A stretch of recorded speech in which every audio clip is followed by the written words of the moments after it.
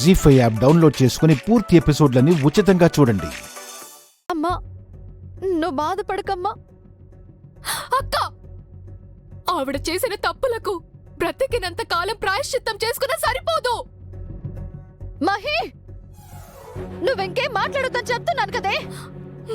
మాట్లాడనక్క, ఏమి మాట్లాడను. ఈవిడున్న చోట ఒక్క క్షణం కూడా నేనిక్కడుండను. నేను వెళ్తున్నానక్క. మహి, నువ్విక్కడి నుంచి వెళ్తే నా మీద వద్దక్క.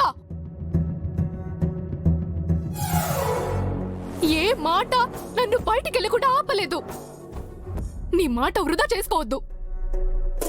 నన్ను ఆపితే నేనేమైపోతానో నాకే తెలీదు. దయచేసి ఆపొద్దు. మహి, ఎందుకే ఇలా ప్రవర్తిస్తున్నావు? ఎవ్వరేం చేసినా అందరినీ క్షమించడం నీకొచ్చేమో కానీ బాధను భరిస్తూ కన్నీళ్లను దిగమింగుకోవటం నా వల్ల కాదు. మహి, అందుకే ఈవిడతో బంధం నాకెప్పటికీ అక్కర్లేదు. నువ్వు నీ బతుకు గురించి ఆలోచించుకోక. ఈవిడ మనకు ఏమీ కాదని తెలుసుకో.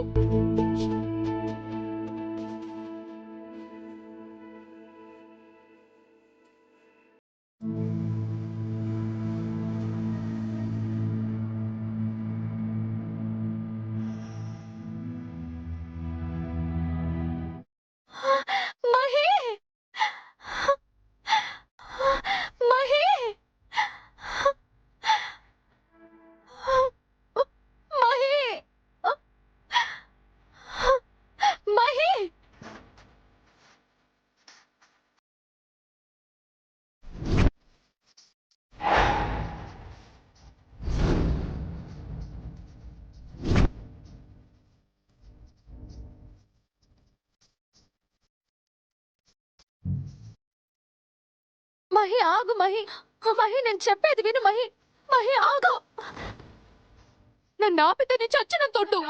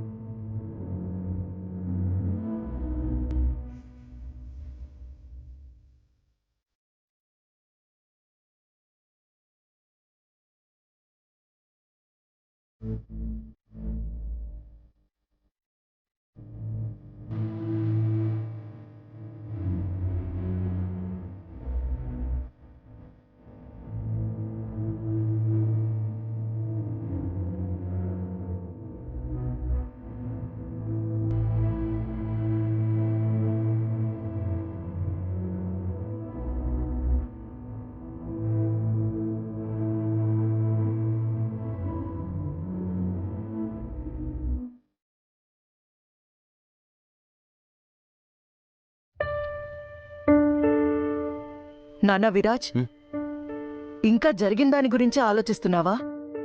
వదిలే. జరగాల్సిన దాని గురించి కూడా ఆలోచిస్తే బావుంటుంది. దేని గురించి? ఏం చేయాలో చెప్పు. నేను ఏం చేసినా అది నా మనసుకి విరుద్ధంగానే జరుగుతుంది. ఇంకేం చేయను? నీ మనసుకి విరుద్ధమైన పనేమి నిన్ను చేయమని ఫోర్స్ చేయను విరాజ్. నీ మనసు ఒప్పుకుంటుందనే నా నమ్మకం. ఏంటది?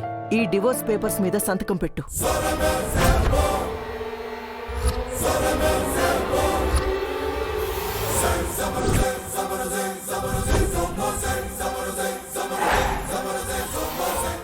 అమ్మ, ఏంటిది? ఏంటి నువ్వు మాట్లాడుతుంది? డివోర్స్ ఏంటి?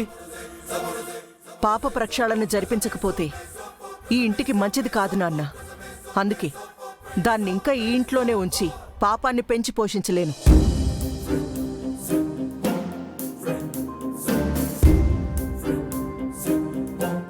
విరాజ్తో దానికి విడాకులిప్పించి శాశ్వతంగా దాన్ని బయటికి పంపించేయాలనుకుంటున్నాను.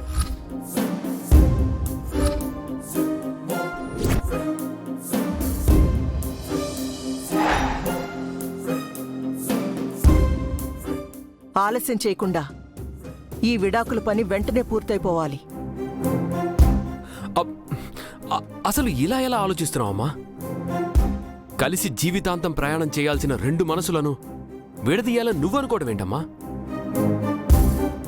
నువ్విలా ఎప్పటికీ ఆలోచించలేవు కూడా. అత్తయ్య, నువ్వే అమ్మతో చెప్పావా? ఆనంద్, విషయం ఎవరు చెప్పారన్నది కాదు, దానివల్ల జరిగే మంచేంటో చెడేంటో ముందుగా మనం తెలుసుకోవాలి.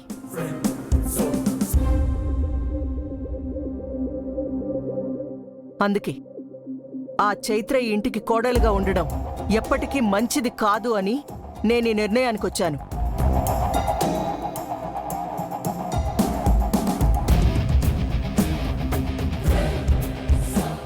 ఈ విషయంలో చర్చ కూడా అనవసరం.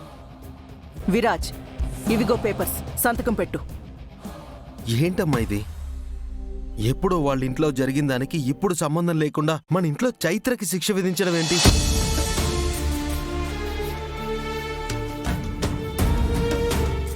ఆయన సీతారత్నం గారు ఎలాంటి వారో నాకు బాగా తెలుసు. ఏం తెలుసు నీకు?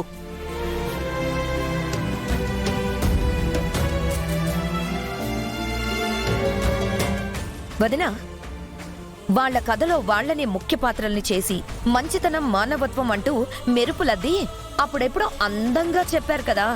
అందుకే కదా అమాయకంగా విరాజ్ వాళ్ల బుట్టలో పడిపోయాడు. అయినా ఇంత జరిగినా ఇంకా ఆ మాయలో నుంచి బయటికి రాలేదు. అత్తయ్య, ఏం జరిగిందో, ఎవరు ఎలాంటి వాళ్ళో నిజానిజాలు అర్థం చేసుకోకుండా తెలుసుకోలేనంత పిచ్చోని కాదు నేను.